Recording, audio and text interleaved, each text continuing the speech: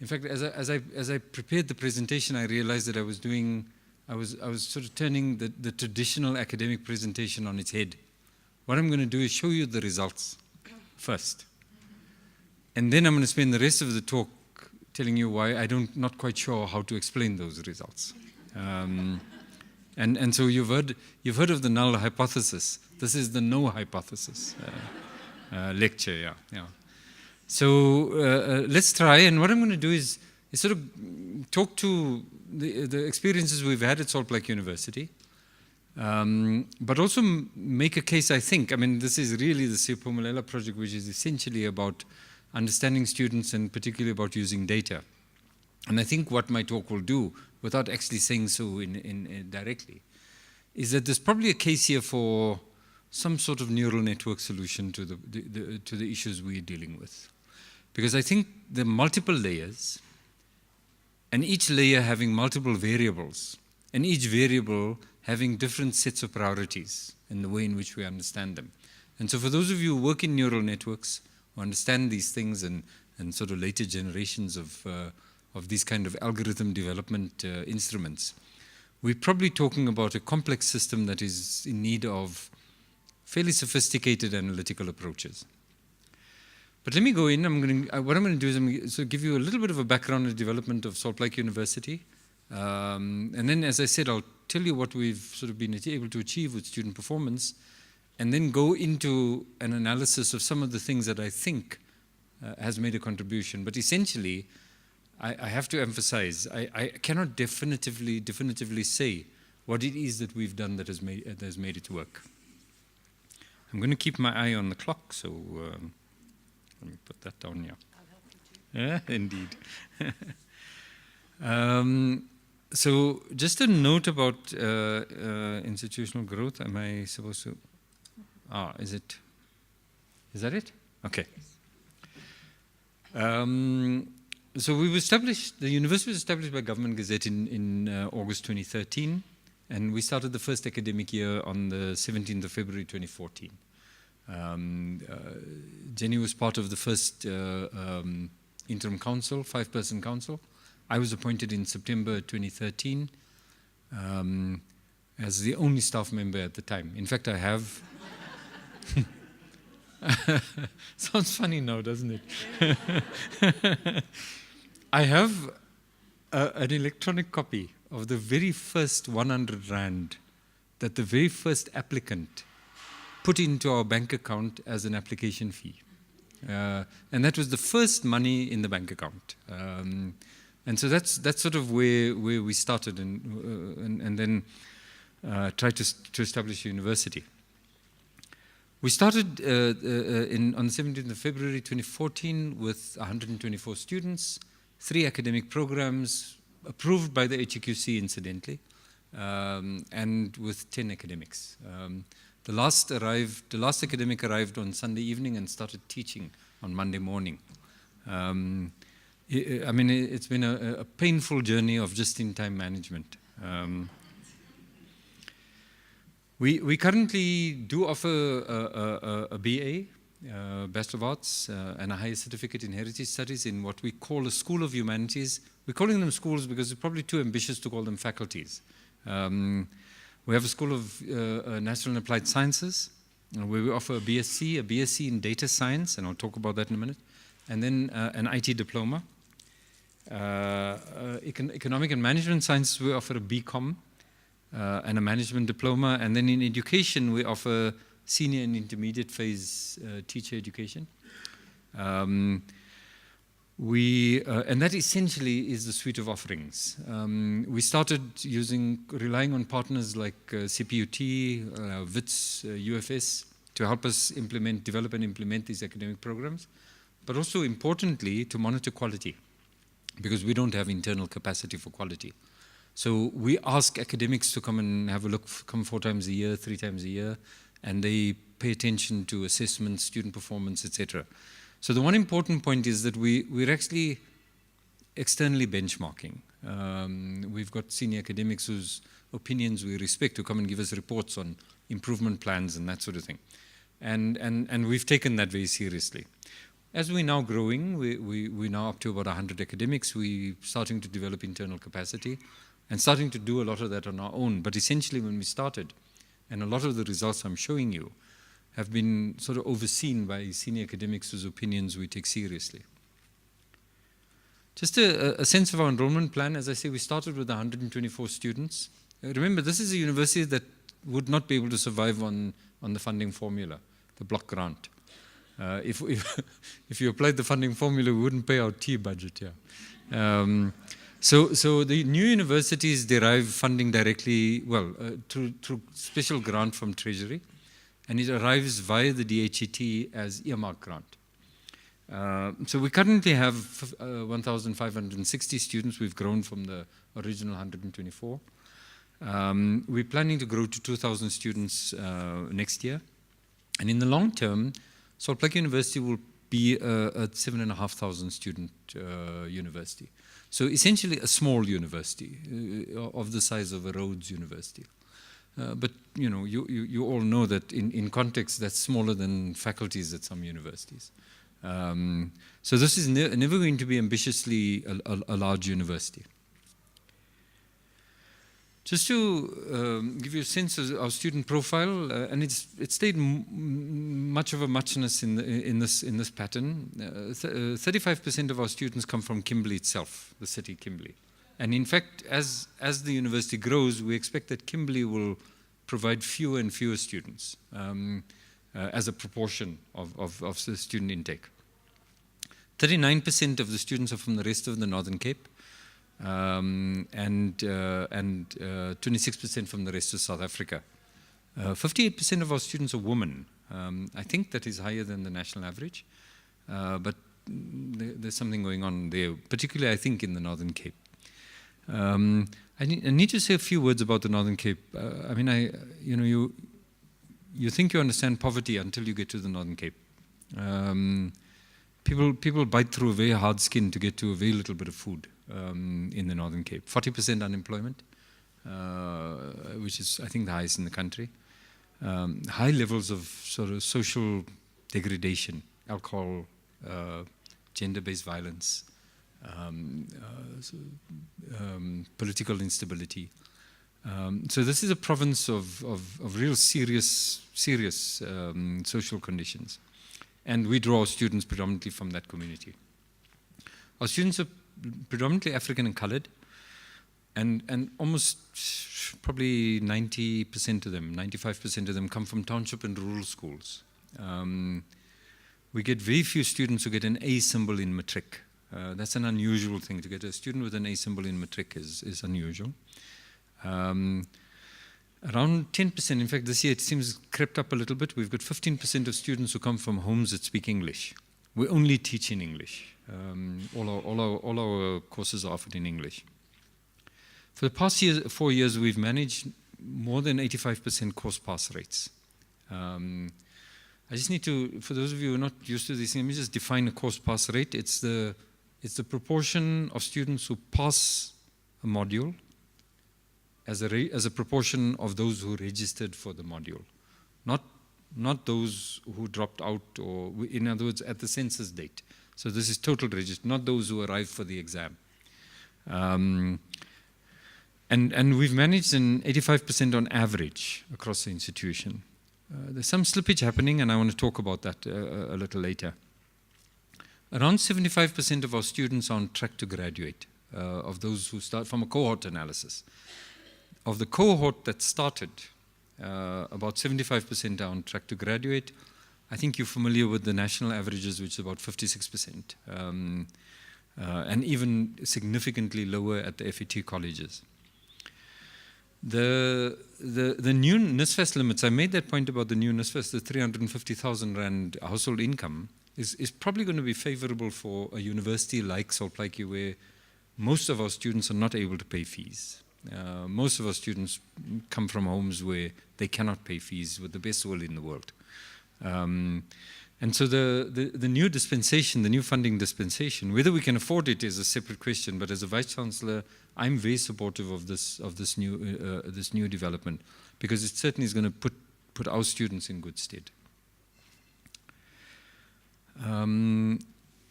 Just some developments last year.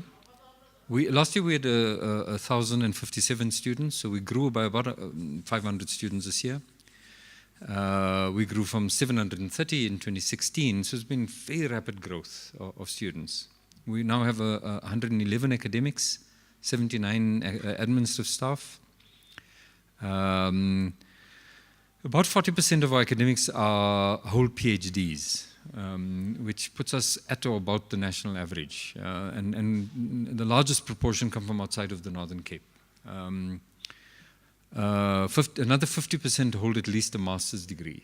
So we've been attracting a very good caliber of academic. But if we to be concerned, the largest proportion of our academics are emerging academics. Recently completed a PhD, recently completed a master's, maybe 2 or 3 years of teaching experience, very little self-directed research experience. But importantly, a culture rated in a world of teaching that has not engaged intellectually with what it means to teach. And that's part of the slippage that I want to talk about as this institution is growing.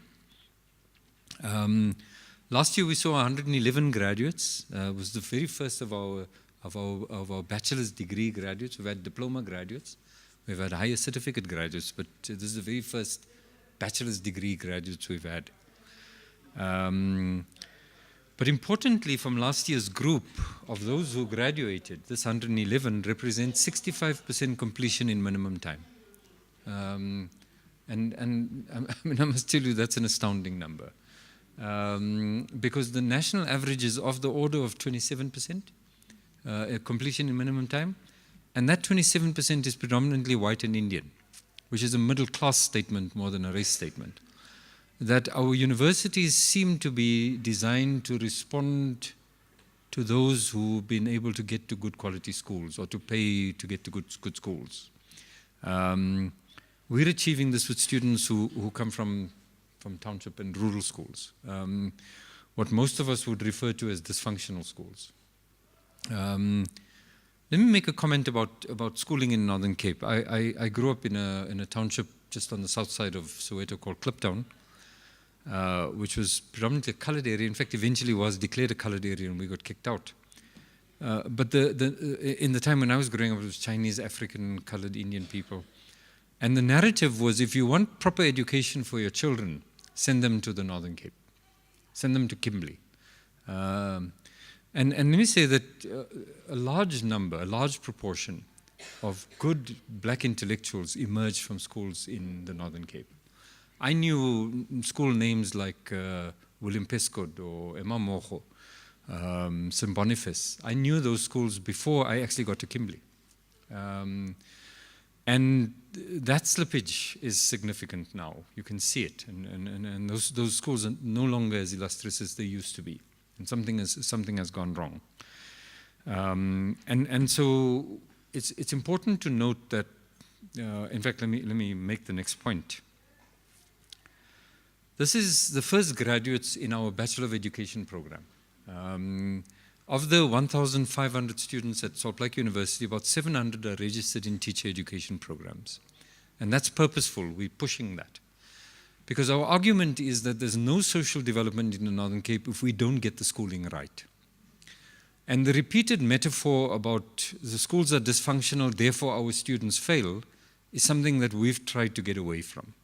Because that's a mantra that allows us to sit on our hands and say, well, there's nothing we can do about it. We've chosen to say, well, these are the best students we can get. They are the finest of their schools. Let's see if we can do better with them. And so our argument is, how do we find the rising tide that will lift all ships? Rather than the Saturday class model. I'm an enemy of the Saturday class model. Because the Saturday class model, I will make a similar comment about bridging programs, operate on the basis that the schools are so dysfunctional that they cannot be fixed. And that we should take the few and repair them somewhere else. And I really I'm keen for Salt Lake University to avoid that approach.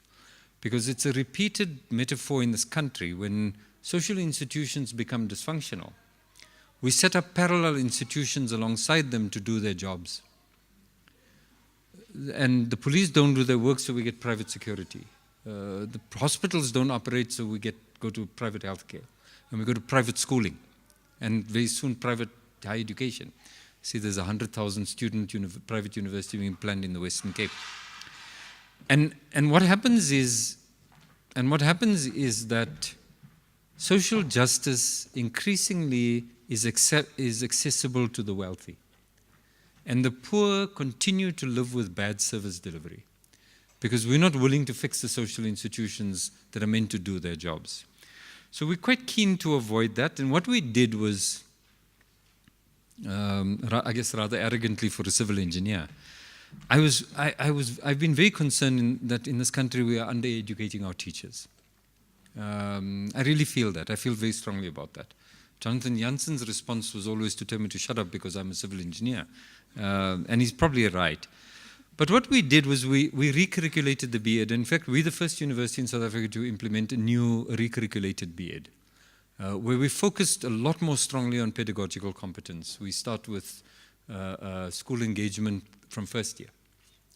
We focus a lot of attention on content knowledge. So if you're going to teach high school science, you have to take Maths 1.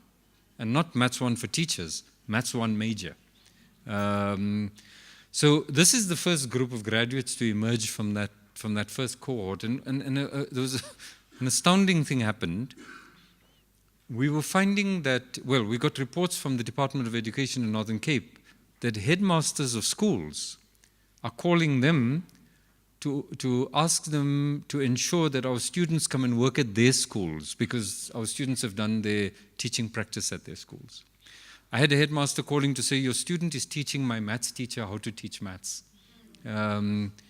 This group walked off the graduating stage and the province officials were in the graduation room to offer them a job with a salary attached, indicating which school they're going to be working at. We seem to have done something right with teacher education, and we're going to persist with that. And the idea that around 40% of our students will be registered in teacher education program is probably going to be one of the marks of our university. These 13 students are the very first BSc graduates in data science on the African continent. We developed the curriculum at Salt Lake University. We implemented it in 2015. And these are the very first graduates. We started with 20 students. I think that we've had 3 dropouts. This 13 is graduates, there's another 3 in the system. I think there's 1 student missing here, and as I recall, there were 4 women in this group.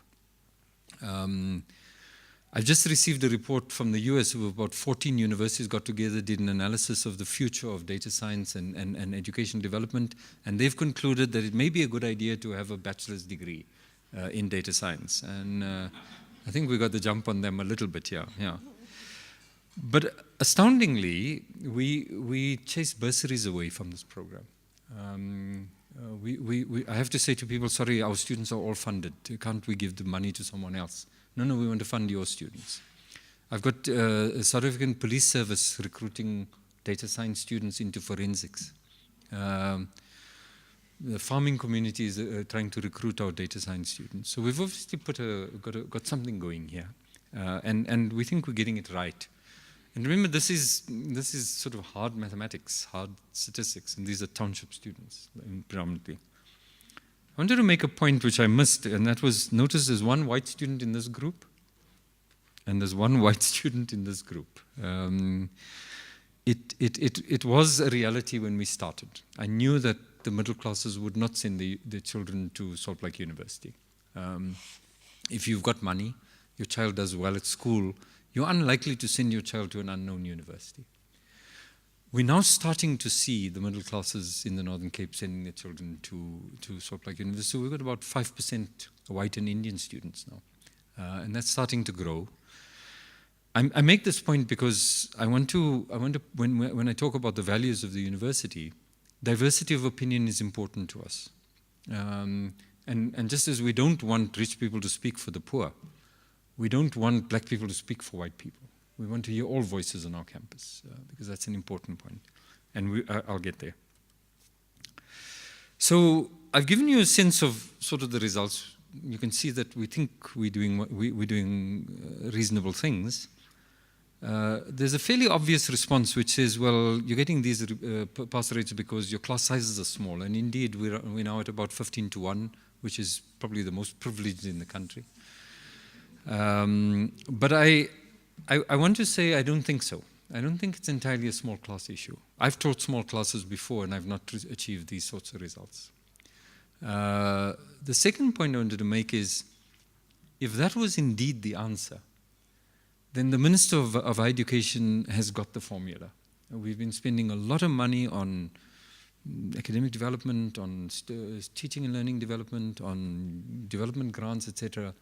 What we should actually be doing is putting it into more staff.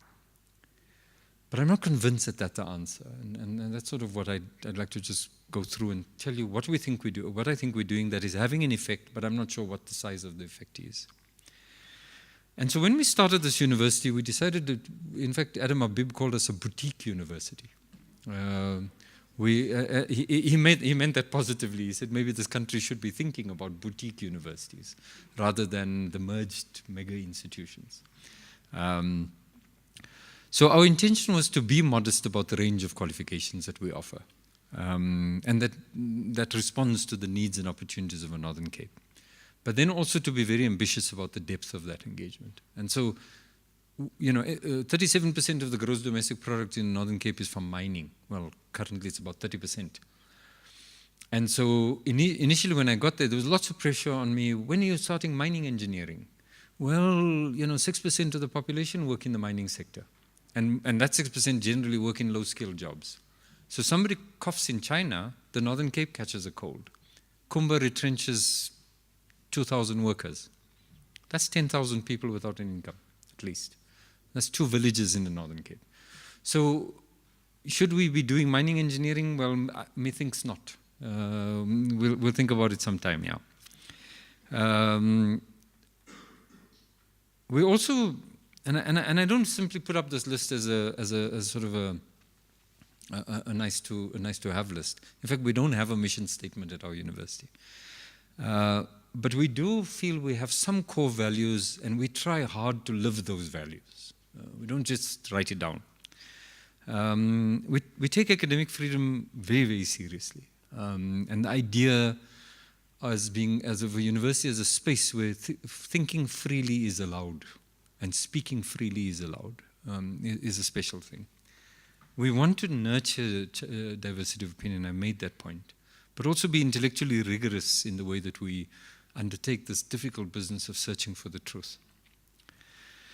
We also want to stand as the conscience of our community. And so community engagement is very important to us, and we don't do that through critical public engagements. We want to ensure a positive and development response to the damage of apartheid. We certainly don't intend to paper over that. Remember, this is a university that doesn't carry with it the legacy of apartheid, previously advantaged, disadvantaged, etc. But what it also means is that we can't use those labels as excuses for bad performance. We're going to have to stand on our own feet and do it well. We, of course, also want to graduate citizens, not just graduates. And we want to do that thoroughly and properly, as best we can. We do believe that the university will stand on 3 legs: its teaching, its research, and its community engagement. And that those 3 must talk to each other. If you, as I say to staff, if you're running a soup kitchen through your church, well, that's great, but it's not community engagement. It's community engagement if it draws from or informs your teaching or your research. Then it's serious community engagement, and then we're interested in it. Yeah. Just some strategic guides for the development of the academic profile. We decided to first consolidate and become known as a good undergraduate teaching institution. This means avoiding bridging. We really will not allow bridging on our campus for now. Nor foundation programs or extended programs, etc. We argue that bridging programs do no more than what should be normal, good quality teaching in a classroom. And we want to do that in the first year in our classroom. And we want to focus on the first year. We want to develop academic staff research capacity in parallel, but we may have to do that with some lag. We're already producing good research output. We've got some good research collaborations already for a small institution. But we will be, and in fact, hopefully next year we'll have our first honors program, and then possibly masters in 2020. We want to build knowledge partners for urban and provincial development in the region, but so in a way that grows our teaching and research capacity. Governance has been a really, really important part for us. Governance hygiene has probably been one of the cornerstones of the success of the Salt Lake University, such as it is.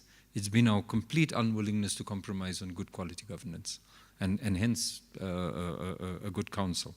I'm not just saying that, Jenny.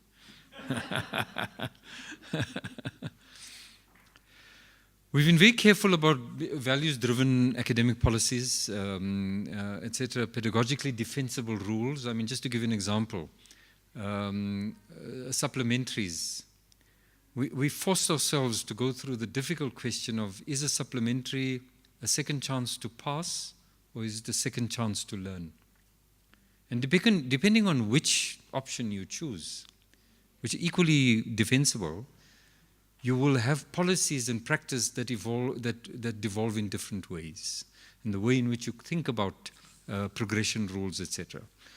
But you have to make sure that these are defensible. I mean, when I got to NIE, I found students registered at other universities who were in their fourth year of study carrying a first-year course. And I had to go to the university and say, I mean, it's indefensible that a student is doing third-year maths carrying a failed first-year maths module. I found students carrying first-year introduction to computing. And the objectives of the course was to introduce you to internet and word processing. Students were submitting their assignments on the internet, and yet they were carrying this course which they couldn't graduate because they hadn't passed the course in 3 years ago, and they didn't have money to pay for it. So these sorts of practices we've been very cautious with, and make sure that everything we do, all statements we make about progression, assessment of academic quality, is a pedagogically defensible decision, and we understand the limits of those parameters. We, of course, want to make sure that we consistently apply our rules with some empathy for individual cases. We spent a lot of time developing teaching competence of our staff, and here is where the slippage, I think, is happening, and we're going to have to put a lot of effort into that. Mainly, we've established a teaching office, a teaching and learning office. We've been inheriting, or rather recruiting staff who haven't bought into the idea that teaching and learning is a serious business.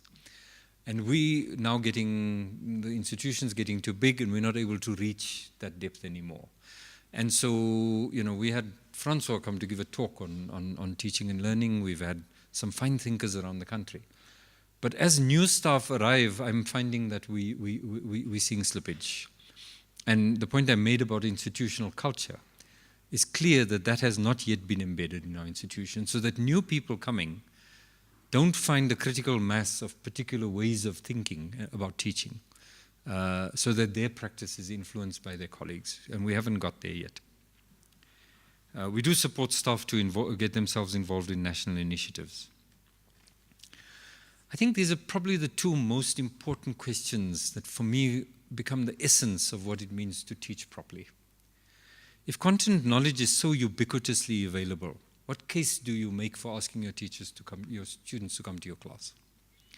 And I think it does challenge us as teachers as to why are we actually asking our students to come to our class? And then acknowledging the very real possibility that at least one of the possible reasons that our students failed is because we didn't teach them properly. I've said this before, and I think it really does focus your mind on what it is. What does it mean to teach properly and to defend and support your students? We've spent a lot of time on teaching and learning infrastructure. We tried to develop a 21st century university. All our campus spaces are wireless. Every student has to have a laptop. We get that through the funding, and we push and cajole and twist arms and so on. And the funders give them money for a laptop, and if it falls and breaks, and we're trying to get insurance things sorted out and so on. But in large measure, our pedagogy assumes that you have a laptop with you. We've also built beautiful spaces. That's our exam room, which when they're not writing exams is a table tennis space. We've tried hard to make the spaces beautiful, so we've also sort of focused on art, accessible art on our campus. So what you see in the left-hand picture there is a cutout of the sun louvers on the front of the building that tell the story of the development of Kimberley, starting from Driekops-Eiland, which sort of 300 AD, the images of Driekops-Eiland, right up to modern Kimberley. But the art is when the sun shines. The art is not the cutout. So every day the story moves across our campus. As the sun rises, the story travels across the campus. We sort of reproduce that mosaic work, which is a reproduction of the quartz zeolites that occur in the Northern Cape. If you cut them and polish them, of course, if it's carbon, it makes a diamond. Mostly, however, it's silica, so it produces these patterns.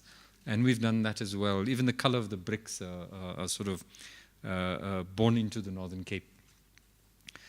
We've put bicycles on campus. Our students, we've put 350 bicycles on the street. Our students rent the bicycle for 300 Rand a year, about R1 a day. They give it back in November. We service it, and they can get it back in February again. We're just about to buy our next round of 200 bicycles because students love them. They're great. Single gear, proper Czechoslovakian back gear, and he's got a basket on the front, of course. And the Vice Chancellor rides one. My number plate is 001. And students love this. I arrive on campus with my bike and my bag in the basket, and if I don't have outside meetings, I just cycle to campus. And Kimberley is a flat city, so it works perfectly. It also is sort of making a statement about the need to change our relationship with energy. And that's sort of making a point in the city. Just a student on the Oppenheimer Park. This is what we're running a university in a construction site very much. This is the city. For those of you who don't know Kimberley, if I point on that side, can you see my pointer? That's the N12 leading to Cape Town. This is the N8 leading to Bloemfontein and eventually Uppington on that side. This is the old William Prescott High School, which served the Malay camp in the old days, which is now our School of Education. That was the first residence-stroke academic building we built. This is the first dedicated academic building we built. That was in 2016. By 2017, we changed the landscape even further. That's our new library. That's our new science laboratory building. That's a new 84 million Rand teacher education building dedicated to the needs of developing teachers. This library won the Fulton Award last year for innovative use of concrete. You know the Ernst & Young building in Midrand, the beautifully twisted one. You know that one? Well, they came second.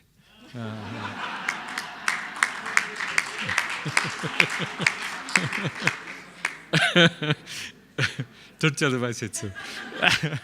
But they did come second, alas. That building got a special commendation at the World Architecture Awards in Berlin last year. As I say, we've tried very hard to create beautiful spaces, and I must say our students have responded very positively. They actually look after the place. A little bit too boisterously sometimes when they find criminals on campus, and I've had to discipline students about that, or rather talk hard to them. Yeah. We started a project with, just an example of volunteerism, we started a project with street children in Kimberley. I've been concerned about children on the street. As I said to the MEC for Social Development, don't ask me to give 2 Rand from my car, because I will always refuse to find private solutions for public failures.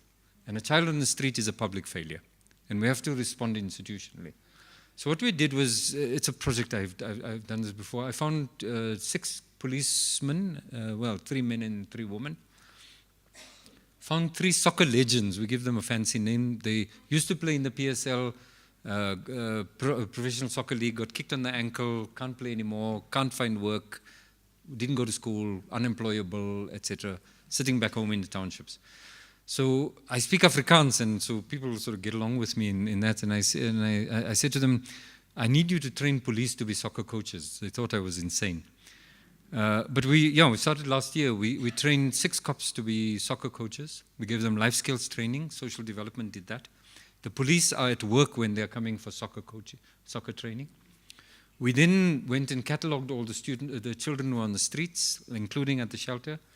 And we eventually got 70 children who come on a Tuesday and Thursday on the park to get soccer coaching from policemen and women. Within a month, we changed the relationship between street kids and cops. They run towards the police now instead of away from. Our students provide free homework assistance in the shelter. The ladies who run the shelter are very good. They run a good shelter, but they know nothing about maths and biology and so on. So our students, on a volunteer basis, 2 evenings a week, provide free homework assistance. And then we've got 2 academics in psychology doing this as a research project. So they sort of cataloging, we're having engagement, social development, and so on. The project's a year old, and the donor is keen to continue funding for another 3 years. So we've been able to do this sort of thing as an example. There are a few others like this, but we've been doing those sorts of things just as examples. Yeah. In fact, if you happen to be in Kimberley on Tuesday and Thursday or evening, come around. You'll see sort of Glue Light is doing aerobics. It's great fun. Yeah. Basic needs of students. I mean, I think we've said a lot about that in this room. We have 65% of our students in residence. Thankfully, we're a very small university. But it's probably going to be a reality. If we don't provide the residences, Kimberley City is going to have to provide it. Because we expect that more than sort of 30% of our students will come from outside of Kimberley. Financial aid is essential. Last year, we managed to find financial aid for 83% of our students. There was a proportion, probably about 8% who could pay fees. The rest we had to deal with as best we can. There's one thing we did when we started, and it was quite inadvertent, but it's had an enormous effect, and we should think about this perhaps a little more deeply. Because we don't get students with A's, we don't give the normal scholarship. You know, if you get 6 A's and you go to UCT, you'll get a scholarship for your first year. What we did was we said to students, if you're from a poor home, and poor home for us is less than 600,000 Rand of family income a year. So that's what we call missing middle and below. If you're from a poor home and we can't find a bursary for you, we will try. And if we get a bursary for you, great, you're okay. But if we can't, you'll carry a fee debt. If you pass all your modules at the end of the year, we'll write off your fee debt. It's been an unbelievable motivator. We've now had students graduating who've never once paid fees and didn't have a bursary. And we're willing to do that every year. It actually, I mean, I raised the money from externally, and I've thankfully been, we've had a pot of money where we're generating some interest and we can cover those sorts of costs. But it's been a good motivator. I think 2018 will be better for first years. I've made that point. I am concerned about psychosocial well-being of our students. And really, really sadly, on Monday, we had a student commit suicide at home. It was a horrible experience and sort of affected all of us. And the point when these things happen is, why didn't we know? This happened to be a student who lived at home. But the question we all ask ourselves is, why didn't we know? Why couldn't we tell? And we have to start learning how to tell that. The feeding programs are important. We also make sure that all our students eat. The one thing that I've tried hard to avoid, and this is not a criticism of the programs we've heard about, is the notion that the poor students go to that queue and the wealthy students go to that queue. As far as we can, if we find a student who is struggling with food, we put them onto the meal system and they go in and they swipe their cards like everybody else.